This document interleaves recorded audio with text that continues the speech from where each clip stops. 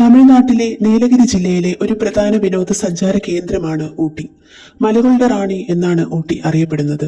സമുദ്രനിരപ്പിൽ നിന്ന് ഏകദേശം 2240 മീറ്റർ ഉയരത്തിലാണ് ഈ സ്ഥലം സ്ഥിതി ചെയ്യുന്നത്. നല്ല കാലാവസ്ഥ, തേയിലത്തോട്ടങ്ങൾ, മലനിരകൾ എന്നിവ ഊട്ടിയെ സഞ്ചാരികളുടെ പ്രിയപ്പെട്ട സ്ഥലമാക്കി മാറ്റുന്നു. തണുപ്പുള്ള കാലാവസ്ഥ ആസ്വദിക്കാൻ ധാരാളം ആളുകൾ ഇവിടെ എത്തുന്നു. ഇന്നത്തെ വിഷയം ഊട്ടിയുടെ ചരിത്രത്തിലൂടെയാണ്. എല്ലാവർക്കും എൻ്റെ പുതിയ വീഡിയോയിലേക്ക് സ്വാഗതം.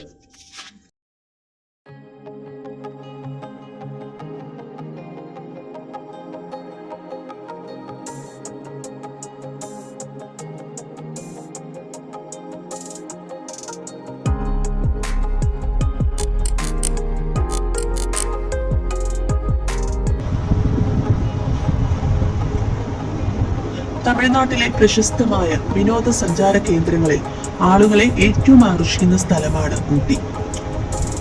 ഉദകമണ്ഡലം എന്നാണ് ഔദ്യോഗിക നാമം. ഓർക്കാമണ്ട് എന്നാണ് ബ്രിട്ടീഷുകാർ വിളിച്ചിരുന്നത്. അതിന്റെ ചുരുക്കമാണ് ഊട്ടി.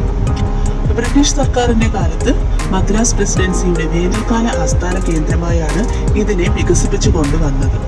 ഇന്ത്യയിൽ നീലക്കുറിഞ്ഞു പൂക്കുന്ന അപൂർവം ചില സ്ഥലങ്ങളിൽ ഒന്നാണ് ഊട്ടി എന്ന് പറയുന്നത്. ഊട്ടി ഉൾപ്പെടുന്ന നീലഗിരി മലകൾ ഘോരവനങ്ങൾ ആയിരുന്നതിനാലും കാലാവസ്ഥ പ്രതികൂലമായിരുന്നതിനാലും പണ്ട് കാലത്ത് ഇവിടേക്ക് എത്തിച്ചേരുക വളരെ ബുദ്ധിമുട്ടേറിയ കാര്യമായിരുന്നു. അത്ര ഫലഭൂഷ്ഠതയോ കീഴ്പ്പെടുത്താനായി കോട്ടകളോ കൊട്ടാരങ്ങളോ ഇല്ലാത്തതിനാൽ ആരും ഇങ്ങോട്ട് പ്രവേശിക്കാൻ താല്പര്യപ്പെട്ടില്ല. ബ്രിട്ടീഷുകാരുടെ വരവിന് മുമ്പുള്ള ചരിത്രം അതിനാൽ അവ്യക്തമാണ്. മറയൂരിൽ നിന്നും ലഭിച്ച പോലുള്ള മഹാശിലായുഗത്തിന്റെ തെളിവുകൾ പലതും ഇവിടങ്ങളിൽ നിന്നും ലഭിച്ചിട്ടുണ്ടെങ്കിലും അവ ഇന്നും തോടവർഗക്കാരുടെ ആചാരങ്ങളുമായി ചേർന്ന് പോകുന്നതിനാൽ കാലപ്പഴക്കം നിർണ്ണയിക്കാൻ ബുദ്ധിമുട്ടാണ്. നിരവധി ശിലാലിഖിതങ്ങളും തൊപ്പിക്കല്ലുകളും മുനിയറകളും ഇവിടെ നിന്ന് കണ്ടെടുത്തിട്ടുണ്ട്. സംഘകാലത്തെ ചേരന്മാരുടെ സാമ്രാജ്യത്തിന് കീഴിലായിരുന്ന ഈ മലകൾ അന്നത്തെ കുറിഞ്ചിത്തിണ എന്നറിയപ്പെടുന്ന തിണകളിൽ ഈ ഘോരവനങ്ങൾ പെടും. പെടകർ, തോടർ, വെള്ളാളർ എന്നിങ്ങനെയുള്ള 3 ആദിവാസി ഗോത്രങ്ങളാണ് ഇവിടെ വസിച്ചിരുന്നത്. ചേര രാജാക്കന്മാർക്ക് ശേഷം വന്ന നാടുവാഴി രാജാക്കന്മാരിൽ നിന്ന് മൈസൂർ ആസ്ഥാനമാക്കി ഭരണം നടത്തിയ ഗംഗ സാമ്രാജ്യ ചക്രവർത്തിമാർ വയനാട് ഉൾപ്പെടുന്ന ഈ ഭൂപ്രദേശം കൈക്കലാക്കി. ഇതിനെ സാധൂകരിക്കുന്ന ലഭ്യമായിട്ടുള്ള ഏറ്റവും പഴയ ശാസനം 930 ആണ്ടിലുള്ളതാണ്. ഇതിനെ തുടർന്ന് 10ാം ശതകത്തോട് വടക്കൻ കാനറ ആസ്ഥാനമാക്കി ഭരിച്ചിരുന്ന കദംബർ ഊട്ടി കൈവശപ്പെടുത്തി. 12ാം നൂറ്റാണ്ടിലാണ് ഹൊയ്സാല രാജാവായ ഹർഷവർദ്ധൻ വയനാടും നീലഗിരിയും ആക്രമിച്ച് കീഴടക്കിയത്. അദ്ദേഹത്തിന്റെ സേനാനായകനായ പുനീസ 1117 തോടകളെയും മറ്റും ഭയപ്പെടുത്തി നിരവധി പേരെ വധിച്ചു എന്നും ഹർഷവർദ്ധനന്റെ ശിലാശാസനങ്ങളിൽ കാണുന്നു. ഈ ശാസനങ്ങളിലാണ് നീലഗിരി, തോട എന്നീ പേരുകൾ ആദ്യമായി പരാമർശിച്ചു കാണുന്നത്. 1120 ഹർഷവർദ്ധനൻ നീലമലയെ ഒരു പട്ടണമാക്കി മാറ്റി. 1141 മറ്റൊരു ശാസനത്തിൽ നിരുകൊണ്ട നാടിനെ പറ്റിയും അവിടെയുള്ള കുക്കോള കോട്ടയെ പറ്റിയും പരാമർശമുണ്ടെങ്കിലും കോട്ടയുടെ അവശിഷ്ടങ്ങൾ ഒന്നും ഇന്ന് നിലവിലില്ല. ഹൊയ്സാലരയിൽ നിന്നും 1310 ഡൽഹിയിലെ മുസ്ലിം ഭരണാധികാരികൾ അധികാരം പിടിച്ചെടുത്തപ്പോൾ ഈ ഭാഗത്തിന്റെ ഭരണം ഹൊയ്സാല മന്ത്രിയായിരുന്ന മാധവ ധന്നായ നായകനും മക്കൾക്കും ലഭിച്ചു. അവർ നീലഗിരി സർദാർ എന്ന സ്ഥാനപ്പേർ ഉപയോഗിച്ചു വന്നു. 16ാം ശതകത്തിൽ വിജയനഗരത്തിലെ ഹംപി ആസ്ഥാനമാക്കി ഭരിച്ചിരുന്ന വിജയനഗര രാജാക്കന്മാർ ഡൽഹി സുൽത്താൻമാരുടെ ഭരണം അവസാനിപ്പിച്ചു. അവർക്ക് ഈ മേഖലയുടെ അവകാശം കൈവന്നു. വിജയനഗരത്തിലെ കൃഷ്ണദേവ മഹാരാജാവ് നീലഗിരി പ്രദേശത്തുള്ള മസലഹള്ളിയും അതിന്റെ ചുറ്റുവട്ടങ്ങളും ചേർന്ന് ആർക്കു ഭരിക്കാൻ നൽകിയതായി 1537 ശാസനത്തിൽ പറയുന്നു. ഈ സ്ഥലം ഇന്ന് മസനഗുഡി എന്നാണ് അറിയപ്പെടുന്നത്. 1565 വിജയനഗര സാമ്രാജ്യം ഡക്കാനിലെ മുസ്ലിം രാജാക്കന്മാർ തലക്കോട്ട യുദ്ധത്തിലൂടെ പിടിച്ചെടുത്തു.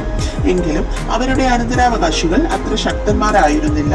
ചെറിയ രാജാക്കന്മാർ വിഘടിച്ചു, സ്വാതന്ത്ര്യം പ്രഖ്യാപിച്ചു. അതിലെ ഒരു രാജാവായ വൊഡയാർക്കാണ് നീലഗിരി പീഠഭൂമി അവകാശം സിദ്ധിച്ചത്. 1760 ഒരു അട്ടിമറിയിലൂടെ ഹൈദരാലി മൈസൂരിന്റെ ഭരണം കൈയടക്കി.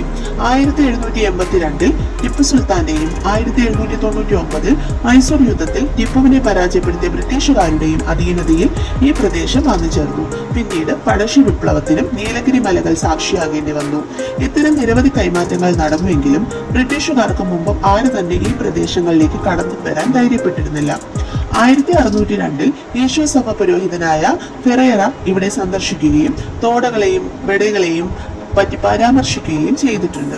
അതിനു മുമ്പ് മലങ്കരയിലെ സിറിയൻ ക്രിസ്ത്യാനികളുടെ ആദ്യത്തെ റോമൻ കത്തോലിക്ക ബിഷപ്പ് ഒരു പുരോഹിതനെയും ദിയാക്കോനെയും ഇവിടത്തെ ക്രിസ്ത്യാനികളെ കുറിച്ച് അറിയാനായി അയച്ചിരുന്നു. ഈ പ്രദേശത്ത് പുരാതന ക്രിസ്ത്യാനികൾ വസിച്ചിരുന്നെന്ന വിശ്വാസമായിരുന്നു കാരണം. ഊട്ടിയെ പറ്റി ആദ്യത്തെ പരാമർശം 1821 മദ്രാസ് ഗസറ്റിലാണ് ഉള്ളത്. അതിൽ പേരറിവില്ലാത്ത ഒരാൾ അന്നത്തെ ആസ്ഥാനമായിരുന്ന ദിമഹട്ടിൽ നിന്നും ഊട്ടിയിലേക്ക് മുക്കാർത്തി പീക്ക് വരെ പോയതായി രേഖപ്പെടുത്തിയിരിക്കുന്നു. ഇതിൽ വൊട്ടോക്കിഹമൺ എന്നാണ് പരാമർശിച്ചിരിക്കുന്നത്. 1827 ആയപ്പോഴേക്കും സള്ളിവൻ നീലഗിരിയിലെ മിക്ക സ്ഥലങ്ങളിലേക്കും ഗതാഗതം സുഗമമാക്കിയിരുന്നു. കൂടാതെ മദ്രാസ് സർക്കാരിന്റെ ആവശ്യപ്രകാരം നിരാലംബർക്കായിട്ടുള്ള ആവാസ കേന്ദ്രങ്ങളും പണിതു കഴിഞ്ഞു. സള്ളിവൻ സ്വപ്നം കണ്ട മാതിരിയുള്ള ഒരു സാനിറ്റേറിയം ആയി ഉക്കാഹമൺ മാറിക്കഴിഞ്ഞു. എന്നാൽ പിന്നീട് വന്ന മേജർ ഗെസ്റ്റോ ഇത് ഒരു സൈനിക ആസ്ഥാനമായി വികസിപ്പിക്കുകയായിരുന്നു.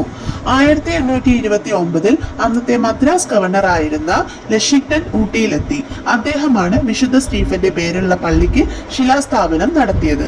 അദ്ദേഹത്തിന്റെ മേൽനോട്ടത്തിൽ 1831 കോഴിക്കോട് ഊട്ടിപ്പാത നിർമ്മാണം പൂർത്തിയായി. തൊട്ടടുത്ത വർഷം കുണൂർ കൂടിയുള്ള കാട്ട്പാതയും പൂർത്തീകരിക്കപ്പെട്ടു. അന്നു മുതൽ കുണൂർ പാതയും സിസ്പാറ ചുരവും ഊട്ടിയിലേക്കുള്ള പ്രധാന മാർഗങ്ങളിൽ ഒന്നായി തീർന്നു. നമുക്ക് ഊട്ടിയിലുള്ള പ്രധാന വിനോദസഞ്ചാര കേന്ദ്രങ്ങളെ ഒന്ന് പരിചയപ്പെടാം.